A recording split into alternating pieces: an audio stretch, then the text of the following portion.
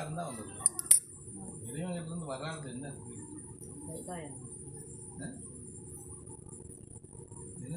கைலாயமா? கைலாயத்திலிருந்தெல்லாம் வரல. கைலாயம்ங்கிறது அவங்களுக்கு இருப்படம் தான். இயற்கை தானே சாமி, இயற்கையிலேருந்து தானே எல்லாமே வந்து. ஆமாம், இயற்கையிலேருந்து தான் வரல. இயற்கையிலேருந்து வந்தால் கூட அதுக்குன்னு ஒரு இடம் இருக்க முடியாது. பிரம்மா படைப்பாங்களா? மழை பூமியில் இருந்துதான். என்னது பூமியில் இருந்து? தண்ணி. தண்ணி பூமியில் மூணுமே எங்கேருந்து வந்தது? மூணுமே எங்கேருந்து வருது? மனிதன் எங்கேருந்து? பிரபஞ்சம். ஈஸி பதில் இது. இவ்வளவு யோசிக்கணும். பிரபஞ்சம். பிரபஞ்சத்தில் பிரபஞ்சம் தான் பண்ணோம். பிரபஞ்சம்ங்கிறது எல்லாம் சேர்ந்தது. அது மாத்திரமா இருக்கு. காற்றிலும் தான் பஞ்சபூதம். பஞ்சபூதம்மா சாமி? பஞ்சபூதம்ங்கிறது இது அதோட சேரும். சேரும். சேர்ந்து உருவாகிறது. இது மூணு சேரும். அப்புறம் நீர், நெருப்பு, காற்று, ஆகாயம்.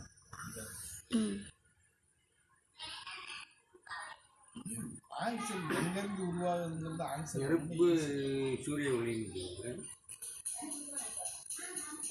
சூரிய ஒளிக்கு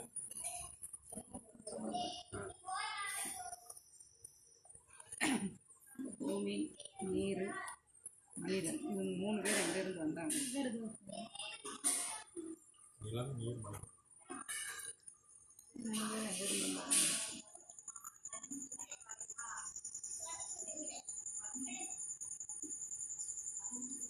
எங்கேருந்து வந்தாங்கிறத விட அது எங்கே உருவாகுதுங்கிறது தான் கேள்வி.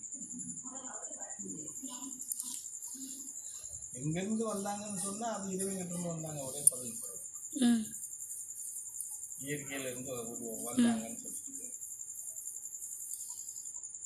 அது இயற்கையிலேருந்து வருது, இயற்கையிலேருந்து வருது, இறைவன்கிட்டருந்து வருதுன்னா எல்லாமே தான் வருது.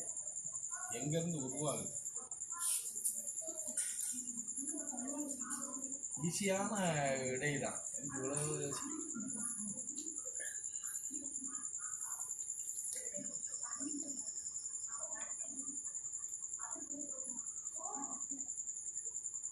மலையில இருந்து தானே தண்ணி வரும்.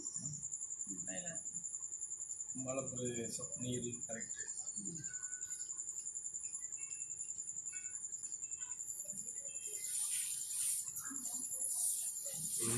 கரெக்டு. இமயமலை மலை பிரதேசம் வந்து வரும், உருவாகும். நான் உருவாகிறது தானே சொல்லி கேட்கேன். நீர் மலை பிரதேசம் தான் உருவாகும். அது கரெக்டு. அடுத்தது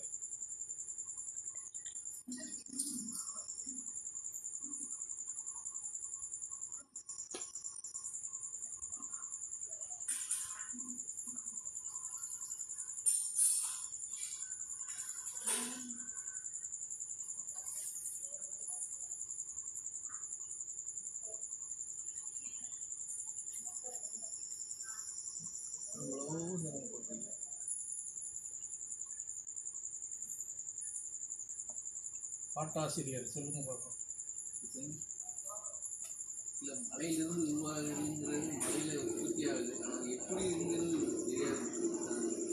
இல்லை, நீர் மலையில் மலை பிரதேசத்துலேருந்து உருவாகுது. அது கரெக்டான ஆன்சர். அது எப்படி உருவாகுது என்னங்கிறது கேள்விக்குள்ள போக வேண்டாம். அது ஈஸி தானே. அது ரொம்ப ஈஸி. புரிஞ்சதா? இயற்கைங்கிறது பொதுவானது சாமி. இல்லை, பஞ்சபூதங்களுக்குமே அது ஒரு குறை. இறைவன் கொடுத்த குறைன்னு கொடையாக இருந்தாலும் சரி, நிறையா இருந்தாலும் சரி, உருவாகிறது எங்கே? மலைப்பிரதேசம். மலைப்பிரதேசம். நீர். ரைட்டு. அடுத்தது மணல் வந்து கடல் சார்ந்தது. அப்போ அங்கே அதிகமாக மணல் வருமா? அப்படி பார்த்தா எல்லா இடத்துலையும் மணல். நிலம் தானே கேட்டோம். நிலப்பரப்பு கேட்குறாங்க. நிலப்பரப்பு எப்படி இருந்துச்சு? அப்போ அது நீர் வந்து மலைப்பிரதேசம்.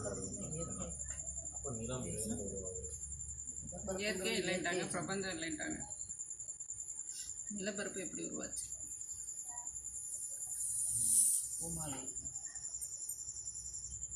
அது மொத்தமாக பூமி எல்லாம் ஒன்று. காட்டில் உப்பு வச்சது மாதிரி இப்படி அள்ளி விதைச்சி விட்டுருக்காங்க.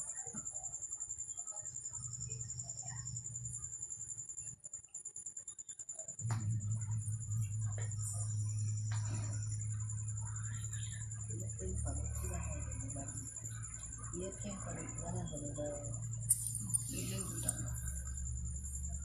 இது மூணுமே விதை இல்லாத பண்டம். அதை முதல்ல தெரிஞ்சுக்கணும். என்ன போட்டாலும் விதை இல்லாமல் எதுவுமே உருவாகாதுல்ல. விதையில்லா பண்டங்கும் போது மூலமில்லாத பொருள் தானே. என்ன இல்லாமல் மூலம் இல்லாத பொருள் தான். விதை இல்லாத மூலம் இல்லாத பொருள். அதுக்கு என்ன மூலம் இருக்குது? அதான் அப்போ மூலமில்லை இருக்கு. நிலம், நீர், மனிதனுக்கு என்ன மூலம் இருக்கு? மூலாதாரத்தை நான் கண்டுபிடிக்க முடியாது. நிலமும் மலைப்பிரதேசத்துல தான் உருவானது. இதுக்கு போய் இவ்வளோ கஷ்டப்பட்டு மலையை இமயமலைன்னு சொல்லுவீங்க.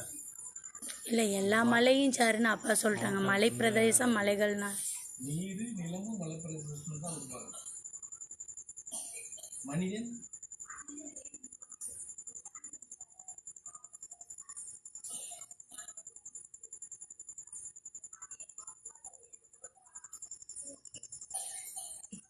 இதில் ஒன்றும் கொச்சப்பாடுங்கிறது ஒன்றும் கிடையாது. அதெல்லாம் வார்த்தைகள் தான். ஈரணுக்கள்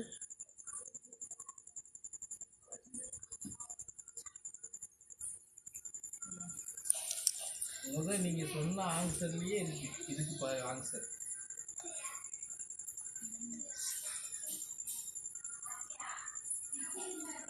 இன்னும் சொல்ல போனால் கேட்குற கேள்வியில் கூட ஆன்சர்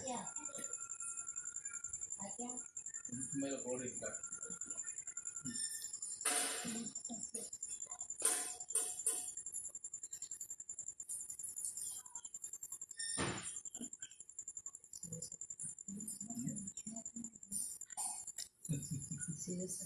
சிவசக்திக்கு இருக்கு. சிவசக்தின்னு எடுத்துக்கிட்டா பெண்கள் கூட சிவசக்தி தான். அப்படித்தான் சொல்ல முடியாது. இதுக்கு என்ன இருக்கு?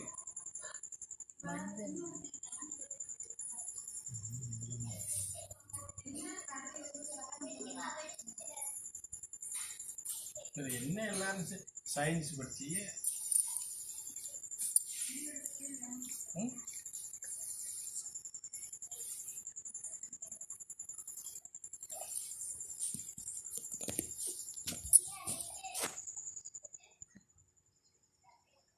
நான் இந்த லாஸ்ட் கேள்விக்கு சயின்ஸ்லேயே இருக்கக்கூடாது.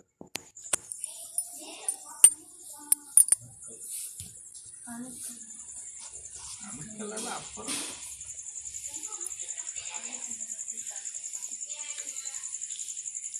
அதுவும் நீர் தான். மனிதனும் நீரில் இருந்தால் மனுஷன் மனிதன்.